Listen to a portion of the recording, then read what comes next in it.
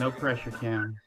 Hello, YouTube. My name is Keith Valentine. I'm the Pickleball Pirate, and welcome to another episode of the Pirate Talks. I have the usual suspects. I've got Joey, the gun show Gumier. I've got Mark Naportovich, the Russian assassin, and our special guest today is Kim Boschroche. Boschroche? Yep, Boschroche. Boschroche? Say it again. Yeah, Boschrouche. Boschrouche. See, I said it right before then, and then I'm just a screw up. Welcome to the show, Kim. Love having you here, and just welcome. Thank you. Well, so you know what we do is we just love to find out about pickleball people and kind of what they do outside of pickleball. So if you don't mind, I'm just going to jump right into the questions, and we'll just go from there. Okay. All right. So first off, introduce yourself and tell us what you do for a living right now, and kind of a little bit of history, what you did for a living. Okay. So, of course, I'm Kim Boschrouche, and I live outside Orlando, Florida. I have worked for the Department of Defense as a contractor for about 23 years. So since I was a wee child, don't do too much math there. And I manage mostly medical contracts and some contracts with the Department of Justice with immigration. So, real riveting work. So, and let's see, before that, I was still a wee child because I started at my company at 17. So before that, I was just, being nursed. So I've been there my whole career until pickleball. Okay, so do you have a security clearance? I have a TS clearance, yes. Oh my gosh, do you have a CCW? I do not have a CCW. Oh, okay, all right. So you're not going to shoot anybody. That's good. Not yet. I mean, maybe. That's awesome. I took my carry class. I mean, is that Okay, so Department of Defense. You're working with the government. You're doing all this stuff, and then okay. So athletic background. Tell us a little bit about that. Okay, so I played basketball all through school, but that was a million years ago. But my more recent athletic experience would be I was a second degree black belt in Raiku Kempo, which is a Japanese style karate. So I competed for years in South Carolina and Georgia and traveled all over. And basically, if you take my pickleball game and you translate it to karate, I did the same thing, traveled the country and competed at pretty high levels. So that was my life. And I translated that as I got a little bit older into, I did a little stint where I taught self-defense to female police officers. So that was interesting. Everyone actually should be very careful when beating you in pickleball, right? It's true. I mean, if I don't like your shot, I could maybe break your wrist or something. Wait, you played with me, Kim, a couple of times. How close were you to taking me out? So the number one rule in karate is self-control, and Joey, you really challenged me on self-control. It is what it is. So it's you take my forehand. You take my forehand. Everything's your forehand, Joey. No matter where I'm at, it's your forehand. Yeah, the whole court. Are you playing on the court when Joey's on there? Yeah. We did good in that Cupid tournament, though. We did pretty good. We missed making the playoffs by 1 point. Because you took my forehand. You missed making the playoffs by 1 point. Okay. I showed up that day. And that's why they haven't played any tournaments together anymore. I could be standing on the side and he comes over to Kim. That's my I would play with Kim anytime. Quick reaction times. Who are you trained by the way? It's a mixture. So I give my early beginnings to my boys here in DeLand. Shout out to them, to Billy Reeder and Dave Hines and that group. And then, of course, my more accurate and current training is the one and only Sarah Ansberry. Sarah Ansberry. Yeah. Really? So me and Sarah, we're pretty tight. So, she's a good one to have in your corner if you're learning pickleball. So. Okay, yeah, I was confused there for a second. I thought she was teaching you Kempo, but now I realize we've transitioned. We're trading off. Like I'm teaching her how to take something down, and she's teaching me, a killer drop. So, I've taken. I attribute all my successes in pickleball to her, and all my failures to myself. So. Okay, so then how did you go from karate to pickleball? How did the addiction start? So it's actually quite ironic because it's just so simple. There's pickleball courts in the neighborhood I was living in, literally like 2 houses up, and I would always hear like the the noise of it. And I'm out one day walking and somebody literally says to me, hey, you want to learn pickleball? And I'm just that person where I'm like, okay. So I jump in, and ironically enough, when I was taught, I'm left-handed. Everybody there was right-handed, and so they taught me pickleball right-handed. And to this day, I still play right-handed. So, Yeah, so it's pure peer pressure. yeah, I mean, What? the first thing they taught, of course, is you hold the ball and you're dropping and hitting. So when I held the ball in my right hand, it felt foreign. So I automatically switched it to the left. And I was like, oh, well, that's how you do that. And so I adapted an entire game around a non-dominant hand, which I'm actually at this stage pretty proud of, because it's not easy. I can't even put my nose left-handed, so it much less like pickleball. It's crazy. And there was a big debate for a while if I would switch back, because what becomes weak is your overhead slams. I have like more of an overhead tap. And so there, what about those the drive? Did you say my drive? Yeah, My drive right. makes you cry. It makes you cry. I drive that ball right through you, Joey. Really? So I don't need a drive, because I've got this guy next to me that's driving everything because it's his forehand. It is my I fault. don't need to develop that at all. Now wait. Nah. Now do you switch hands when you play? Like I do occasionally, and people get real bothered by it, because they're like, "Oh, you're not supposed to switch hands." I'm like, "Well, you are if that's your dominant hand." And so if I get in to me, if you're switching hands, you're in the wrong position. You positioned your body incorrectly. And so when I have done that, I switch hands, and I do that pretty successfully. But I haven't been switching. I'm working on switching on the overhead slam, but goals. You had a decent overhead slam. I do. I mean, I'm tough, so I'm going to make either one work. Now, any racket sports other than basket? Like, No, okay, so literally nothing. I come from karate and like yard darts. So okay, but karate's got to help with the footwork, though. Like, it's got to help with footwork. I don't know. Mark might chime in there, but he's always talking about my footwork. But I think that the big transferable skills is I have fast hands. So if you're karate people, they don't do well with the racket sports. In the college, I had a lot of friends who were like karate, whatever. They had like incredible reaction, like really incredible from my point of view. But when they play table tennis, they completely suck. They just move the wrong way. I've heard the same thing about scientists. Like that they're just absolutely. Why don't you tell us how you really feel, Mark? It's obviously doesn't really help, and I'm pretty sure I suck at karate at the same time. Even I have pretty fast hands. We should try. I think Kim has pretty fast hands, Mark. Are you saying Kim No, definitely, yeah. I'm not talking about particularly hands, but about how your body moves. Yeah. So the footwork is what That's throws you off.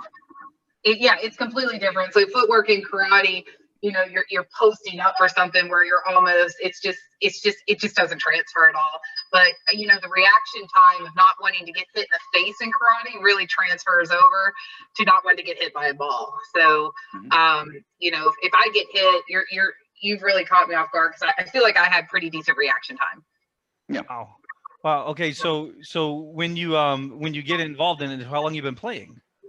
So I've been playing roughly 2 years.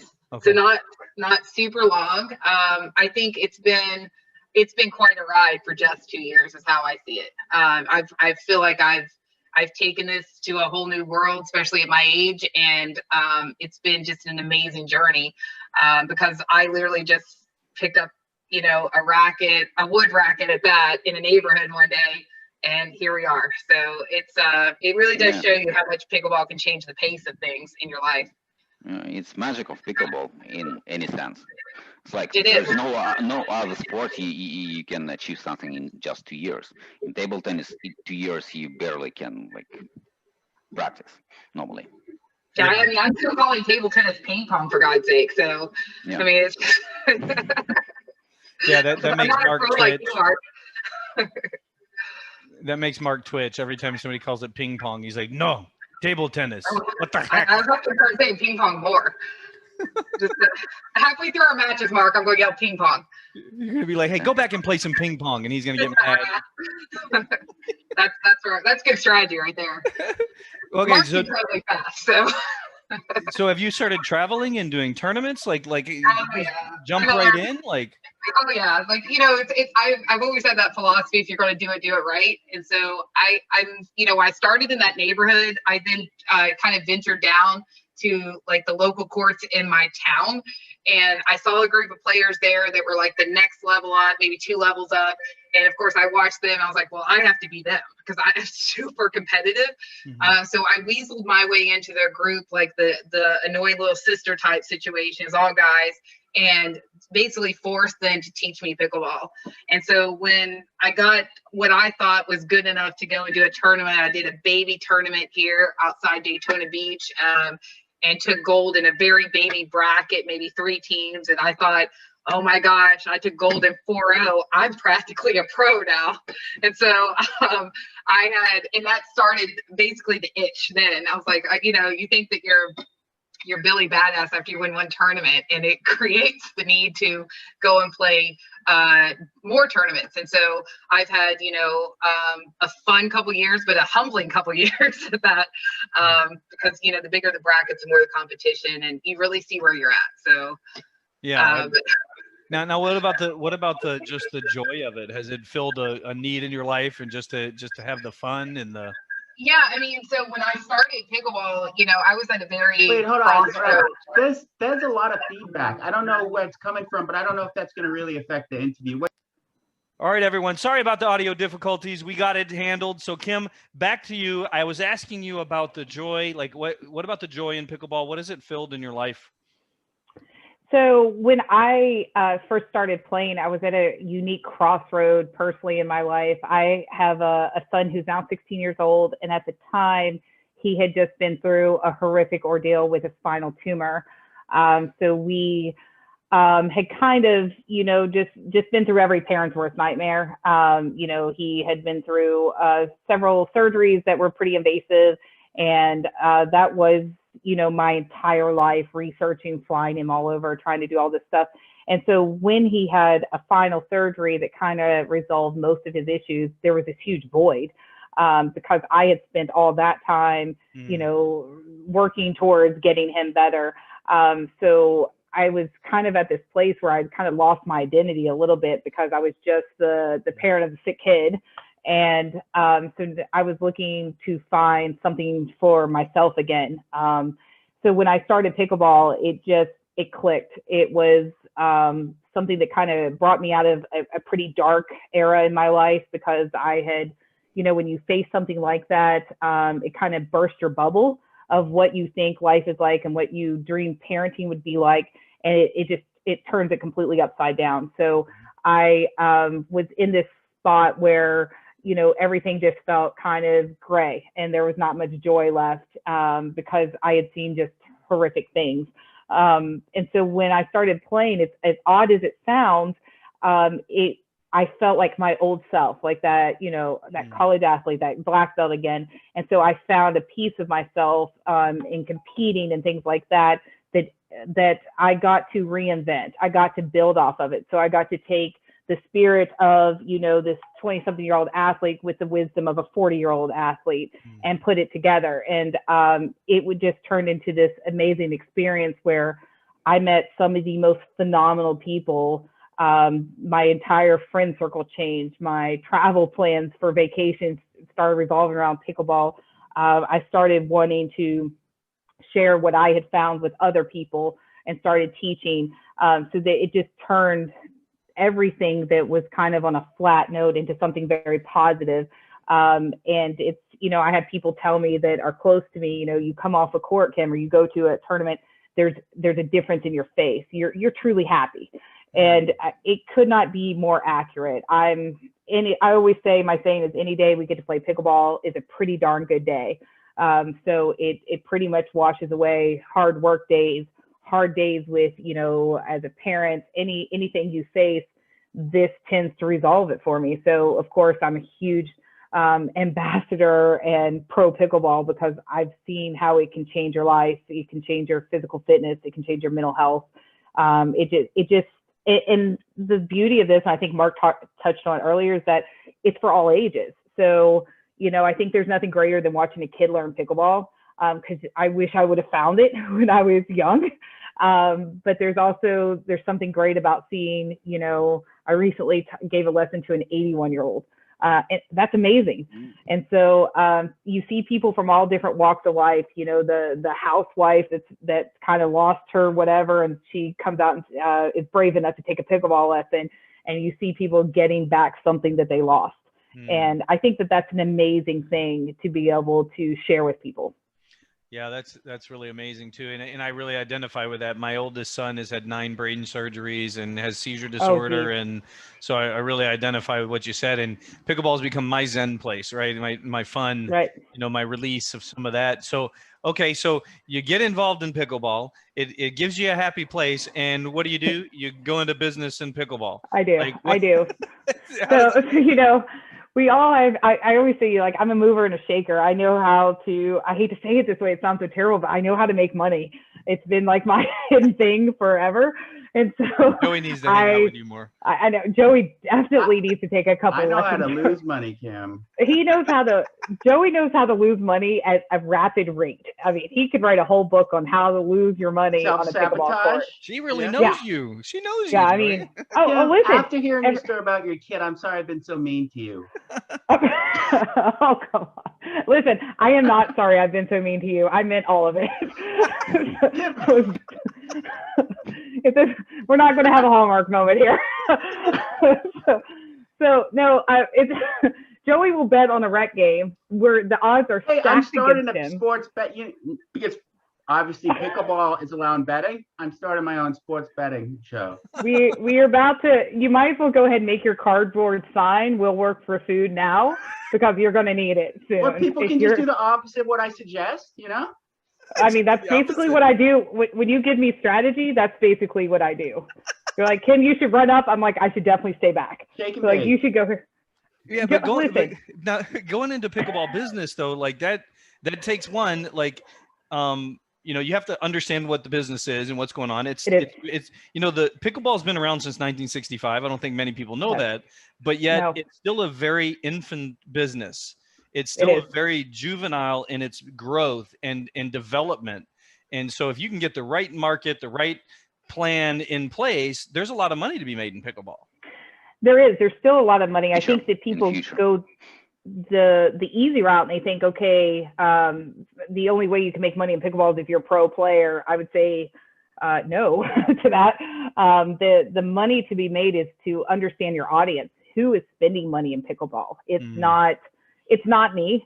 You know, if somebody gets a sponsorship or something, now I've got all my gear free, so I'm not going to buy your gear. And so knowing who your target audience is and then how to market correctly. I think that that's the biggest pitfall for new business in pickleball, is that they hire their pickleball friends. And some of them, hey, you might get lucky and they have a business background, but more than likely they don't. And I've seen it over and over again where you know, friends get together, they have a great idea, but it's just not executed well. You can follow our channel. This is a prime example. Exhibit A. The thing that I love about this is you've got you, Joey, and then you've got Mark, who I think is one of my more intelligent people that I know. And so you have really covered all the spectrums here. What am I? Chop liver? Is that what that is? You're not. You are absolutely the guy who knows. You're the tech guy by far. You'll have to help me sell my shirts. I've got a bunch of shirts in my garage. I made a pickleball shirt. I probably had it for the wrong market. I'm gonna have to show it to you, and I can't even give these things away. So I need your help. I was going to tell you to give them away on here. I might. Maybe tell you. Somebody will take it then. I'll tell you what I think is the biggest mistake people make is they go so far down in their own ideas before they consult with a professional. And so they take it, they brand first before they consult with somebody. So if you think about all the different pickleball just logos we've seen, some of them are absolutely just horrific. And you think, wow, you know, do you really want to wear that? Why would anyone else want to wear that? I saw one recently where it was just a very galaxy theme, and it was just so much happening in it. You know, in marketing, it's simple, to the point, and a clear message is what gets you the furthest. And all right, maybe I won't show you my shirts. does it light up? Oh, Kim, we had No, it's not Galaxy. It's not Galaxy. Now I really want to see it now. You really want to see it now? Okay, I'll find it while you're talking. And I'll Okay. show her Make our fun of me. logo too. I'm interested to see what we just got a new logo. I don't know if you should show me the logo while I'm like on video. No, this is part of the show. This is the show. We'll cut it off. You wouldn't like it, so. Yeah, we'll edit it out, right? If you say anything bad, no. Yeah, I like the logo. It's No, well, actually, Joey, that doesn't say much. Current logo is not that bad. It's not bad. All right. That was never ever. I'm gonna show it just. Oh, actually, I can show you what my daughter. Oh my God, you're going to throw a kid into my it? daughter- That's impossible. Mark, Look, I love the little ping pong paddle. that's it. That's our Little new ping pong logo. paddle. All right. Oh, Here's the new fantastic. logo. Okay, let's see this. Oh, that really is it. It's Pac-Man. No, it's not. I thought about Pac-Man, by the way. That clearly says it. Listen, I like this logo because it's simple. Yeah. If you all had some kind of weird whatever going on, it wouldn't work for you. But I like it because it's simple and it's to the point. I know what it is. You shouldn't have to figure out what it means, you know, when you see something. So it's clear. All right. You get my seal of approval. Joey was not involved in that development. I see. No. You want to see some of my logo? Put your crayons up, Joey. We're good. Well, Joey took a crack at it. We let him draw a couple. I bet he did. I bet he did. We realized finger paint. it wasn't really his thing. So. It was made by a professional logo maker, so. It was. Okay. That's the thing. Kind of. I mean. No, it looks good, guys. It really does look good. Okay. Yeah, it's a So great then addition. I'm gonna put myself out there. Here was my. Okay. Wow. I don't start points. I end them. Okay, so when you sit and take the time to read it, it's funny. It's just too much happening, and it's just a slightly arrogant. But other than that, I like the color. This is talking about my character. I love it. Well, the other really bad part about it is it's me. That's you? Yeah, obviously. Don't you see? Oh boy, are you wearing a do-rag? That's how I became the pirate, Kim. Unfortunately, It's a that's what do-rag? happened. That's how it geez. happened. So yeah. And I'm shocked you can't give those away. like I'm thinking like maybe family that I'm gonna send you one now. Listen, I'm gonna wear it. I'm gonna wear it. I love you. You're my favorite. I need some. Listen, I got a bunch of plants to plant in my backyard, and I need something to wear. You need some workout clothes. Work clothes. That's what it's for. Work clothes. That's what it's work for. Clothes. I like it. Awesome. And Thank I you mean, for I your like when you have unadulterated to, feedback. where I have to read it, and then I have to turn around for you to figure out where I went with it. Well, That's my no. favorite See, part. if you think about it, you smash the ball, and what do? You walk back to the line. So yeah, so you it's like you are way smash more it and you intelligent walk than in. your audience. And they would read the back as I smashed the ball in their face, right? So Okay, listen. or the Joey's next thing you case, create- smashing it into the net. Yeah. Or with the his back. forehand, wherever it is. You've got to listen. When you develop your next T-shirt, pretend that I don't know that if I Joey's reading it. And then So just pictures, no words. just pictures, like a comic. Just pictures. I did read a book once, Kim. Okay, yeah, the little engine that Hey, could. he went to Penn Good State. job, buddy. He's actually a very smart guy. He plays this Yes, character. He does. He does. He plays he it does. very well. I know he's intelligent. I He know plays it's it very under there, well. under all that hair. Okay, I'm gonna It's put there. on the highlights of the interview. That's awesome. Okay, so you got into the business. I'm gonna bring it back on track. Yeah. You got his own business, Yeah. and then, but how did that happen? Like you're going to tournaments? Or do you just start? I'm going to people? listen. Yeah, I mean, it's how do you say this eloquently? I mean, you either in business you either have it or you don't. You either know how to quickly find common ground with people and work off of that like in the moment, or you don't. So You can't really teach it. I think I've taught a lot of seminars on, to executives, and you either know people or you don't. So a lot of it's just the psychology of making people feel comfortable with you. And then, listening and I watch a lot of pickleball. I watch a lot of people. I watch how they react. I listen to a lot of complaints people have. What doesn't work for people, the drama of pickleball, and all of that kind of goes into when you advise somebody on what to do, what to do with their market and where to go and how much to invest. And, the big debate, if you should invest in using a pro to market or not. And it's very controversial on my end. So I think that's kind of what started it, is just kind of, getting in with the right people at the right time. And then, the next step was I got approached by APP, and they wanted me to do some marketing with them. And so that's kind of my new gig, that I'm doing some marketing for their APP TV. So they've got their YouTube channel. They found you. They did. They Okay. didn't. No, I didn't go knock on Ken's door. Although he probably would have invited me in. He's very nice. But he called me and he's like, your name comes up. And so that was probably the biggest compliment you can get, is that, hey, your name comes up. So you want to be successful in pickleball, be relevant. That's just, it's just that simple, have some relevancy. So that's my biggest advice to people is you don't just go make friends with pros. They're their own little niche. Yeah, they're great. And I love them all, and I have the best time with them, but I have a lot of connections from every level, from student level all the way up. And those connections are equally as important, because you never know who you need and when you need them and how you'll need them. I tell people all the time, business is relationship and sales is relationship. You don't sell products, you sell yourself. And absolutely. When you can figure that out in sales, you do really well, because people realize, okay, wait, they're genuine. They're going to tell me the truth, good, bad, or ugly. And that's what makes sales. But so how did you get into social media though? So is that kind of a So social, it's so funny because I was so anti-Facebook for so many years. I thought that it was juvenile and then Instagram came, and I'm like, what's the point? We already have this, and then you have Snapchat where my message is going away before I even read it. And I just, you get my Snapchat?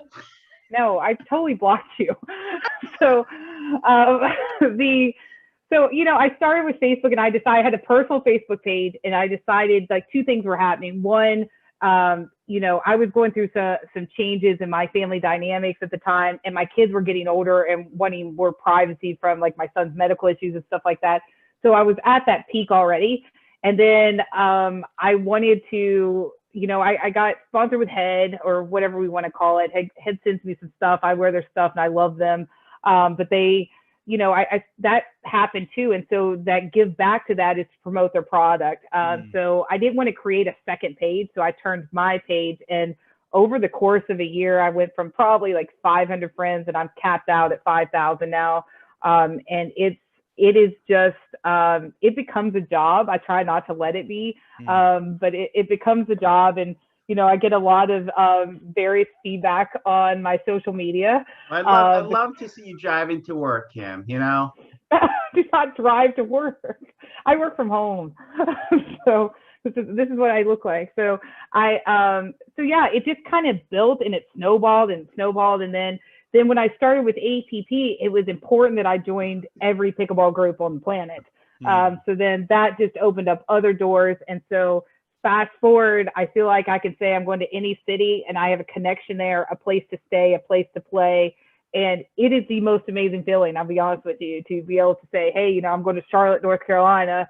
And, this dude calls me up and says, hey, I've got a spare bedroom and I've got your court set up. I mean, it's great. It's amazing. And so the hospitality of pickleball has just been mind blowing to me.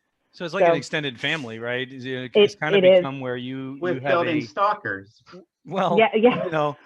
Maybe. I mean, when you become a social media person, when you become that, there are going to be some weirdos out there. So what's the, give us something weird. What's the weirdest thing that's ever, come up to you? There's a pretty long list, but I've had a foot fetish guy, which is amazing because if you look at my social media, I've never put my feet on social media whatsoever. I'm 5'10", so I have a size 10.5 shoe. That's not something that, you know, Payless isn't calling me to model anytime soon. And I have your classic pickleball feet where they're white and I've got bruises and everything. It's not attractive, but you know, a fetish is a fetish and people are hardcore. And so I get people like, send me pictures of your feet. Can I have your socks when you're done with them? Are you kidding? So You want to I asked you that work on my after bunions? the tournament. Kid. you gonna scrub my bunions for me, guy? yes, I mean, yes, it was Joey that wanted them, but it was, I gave him that one pair of socks. I was like, hey, Joey, I'm going to give you the first pair for free.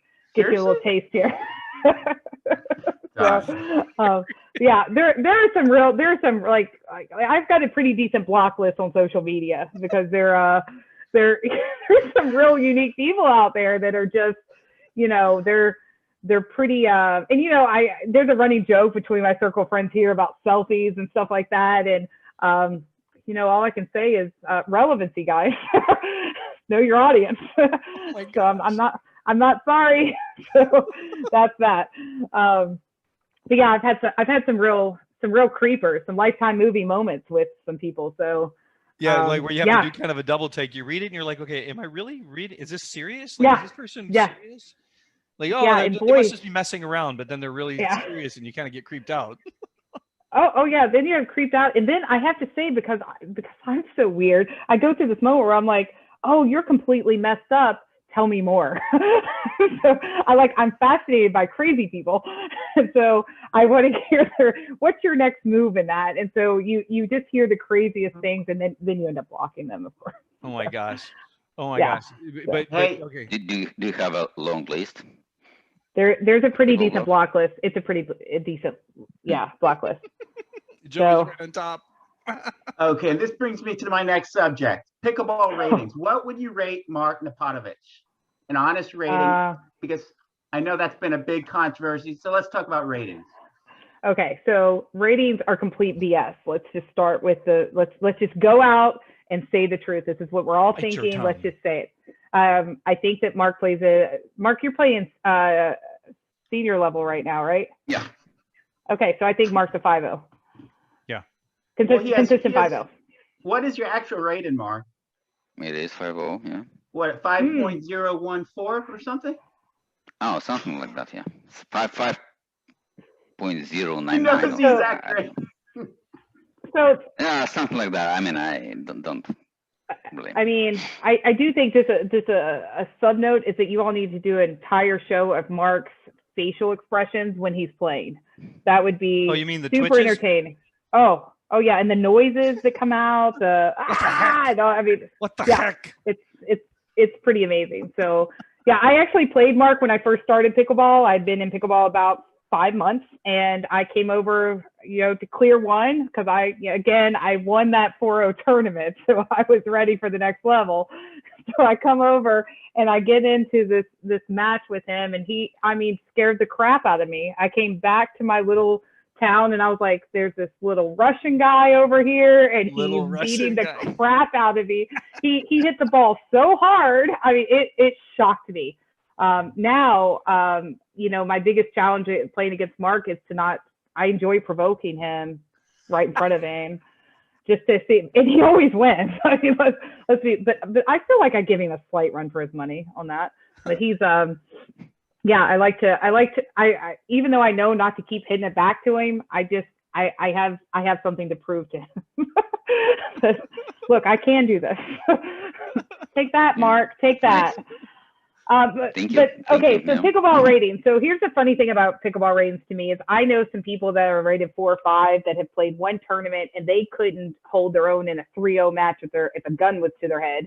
And then I know people that are rated 4-0 that consistently compete, well at 5-0. So I never look at a rating. I look at the player and how they play because ratings are based on tournament participation. And if you're not competing in a tournament, are you not a 5-0 player? And if you had a bad day at a tournament, I've blown a lot of tournaments and I've done well in tournaments that I beat out people I shouldn't have. I was having a really good day, matched up with the perfect storm of their bad day. And, it boosted me. And I've also slaughtered my rating just by, jumping in, not focused, things like that. So is it a true depiction of someone's skill? Absolutely not. But it's not knocking the rating system. I mean, what else are they going to do? Knock the rating system on this show. But the truth is that when you play a 5-0 tournament now, there's a bunch of 4-5ers playing up. There is. So that's you what I don't do. have the majority of them are. Yeah, well, right. I mean, yeah. So I play. That's only because they were not playing for a year.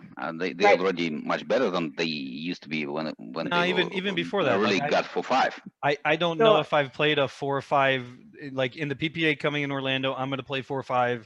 That's the first time I played 4-5 in the last 2 years. Have I won anything? Right. No, but I've always played up. But everybody I look at, and I go and look up ratings on people, they're not 5-0s. They're not like when I started playing 4 years ago, it was Tony Giannani and these guys were the pros were 5-0s, right? 5-0 was pro level guys. Now they've made the pro level. Now it's like 5-5, 6-0, and I don't know how high the rating goes now. Huge jump from 5-0 to pro. People don't realize how I think it's a bigger jump from 5-0 to pro than it's 3-0 to 5-0. And so people think, oh, okay, I play well at 5-0. I could probably compete in pro. So, I play 4-5. And so I've been playing 5-0 and haven't been winning, but I've been giving 15-13, 11-9. So I'm where I want to be, even if I'm losing some tournaments. But, what I'm finding in these bigger APP, PPA tournament is you've got people who don't want to play the pro admission fees. And so I've got the guy who won pro singles the day before playing in my 5-0 bracket, who absolutely does not need the female next to him to even play against us. So you see, I think it depends on the tournament. If you're playing a major tournament, playing up, you're going to struggle. Playing your level, you're probably still going to struggle. So, some people talk play about, down. Some people they'll keep their rating down. They'll sandbag it because they want to have the medal. And I've always said, I want the experience. I want to play with the best. I want to get better. I want to get better, and I want to play up to get better. And I think when you go in it with that mentality, winning and losing has never mattered to me much. It's always been, how do I play the game? How did I play that tournament? That kind of thing. And so, yeah, I agree with the rating system. It's a little bit difficult, but people, I'm a 5-0, I'm a 5-0, I'm a 5-0. Yeah, well. Famous last words. How many men have said to me, hey, you want to play this tournament? I'm a 5-0. I'm like, well, listen, you're going to have to be a legit 5-0 because I don't know what version of me will show up if I'm cranky that day or what. But you need to be able to the men need to hold their own in these mixed tournaments, guys.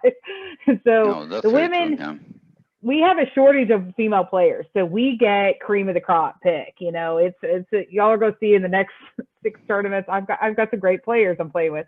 And so, who are you playing with? Any names? Well, I'm going to, no, not one I'm ready to say yet. One of our friends at Clear One I'll be playing with. Oh, the Badger. He wishes. Oh, Cliff Pickleball.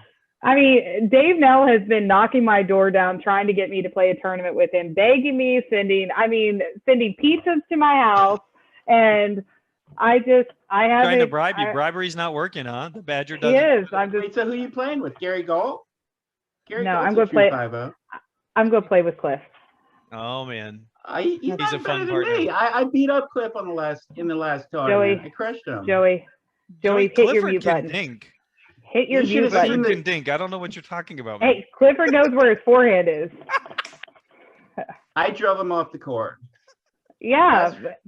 Maybe because the game was over. He won already. Yeah. No, we 11-3. We have to stop at 11. I love Cliff. I'm just giving Cliff a tough time. Cliff is a very, very good player. Yeah, he's fun. Yeah, so we love I'm him. sure he appreciates you saying that.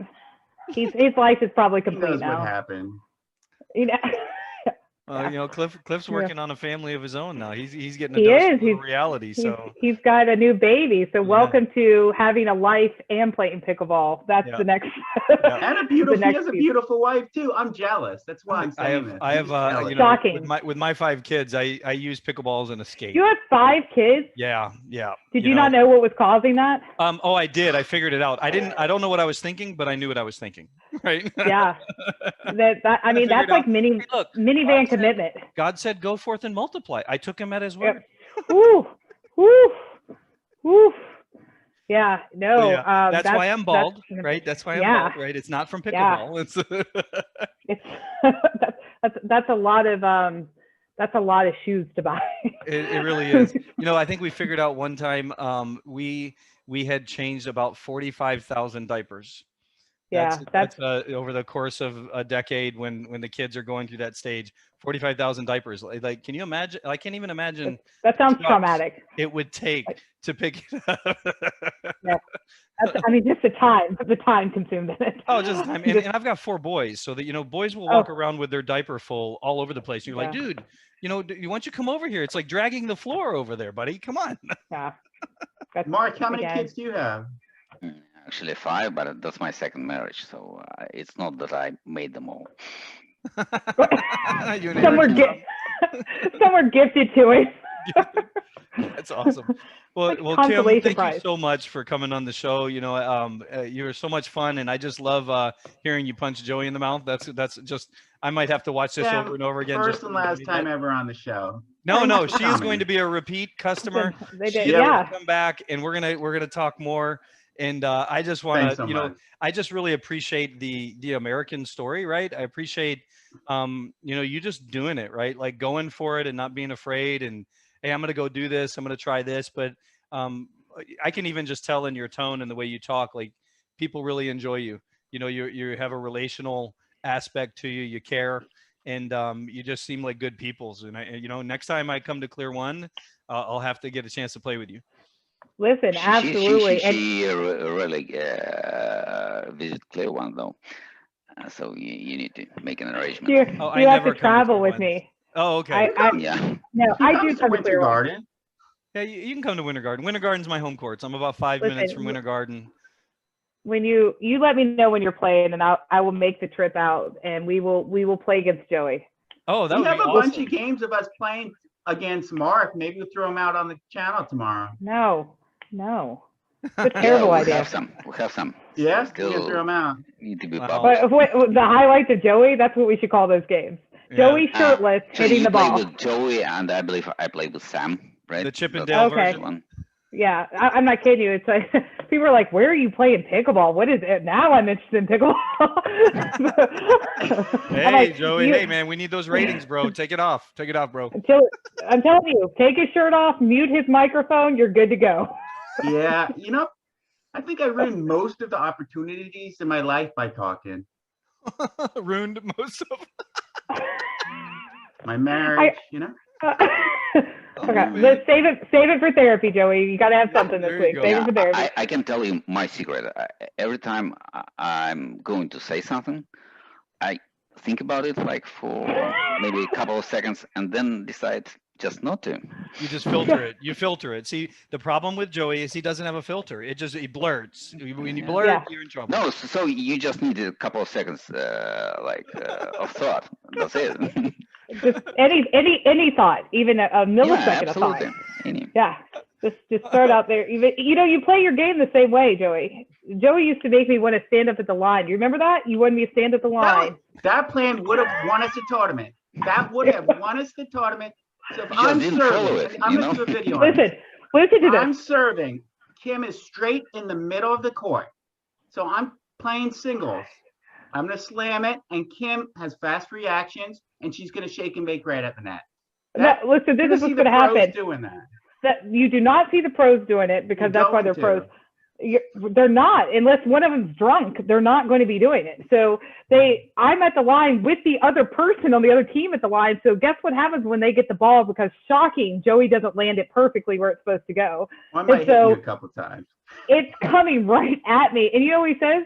Just move away from that one, Kim, and just move back on for the next one. Why? Like. It's like I told him it's like you remember in Jurassic Park. Very good idea if you could implement it. It would. Stop it, Mark. Stop it. Okay. Gonna be looking back I think we're digressing. That's Joey's strategy. Strategical decision and tactics. It's all up to you.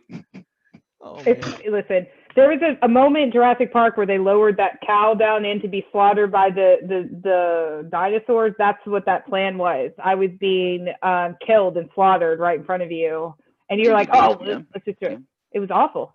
But he swore this is what we're going to do. We did. Yeah, so. We would have won.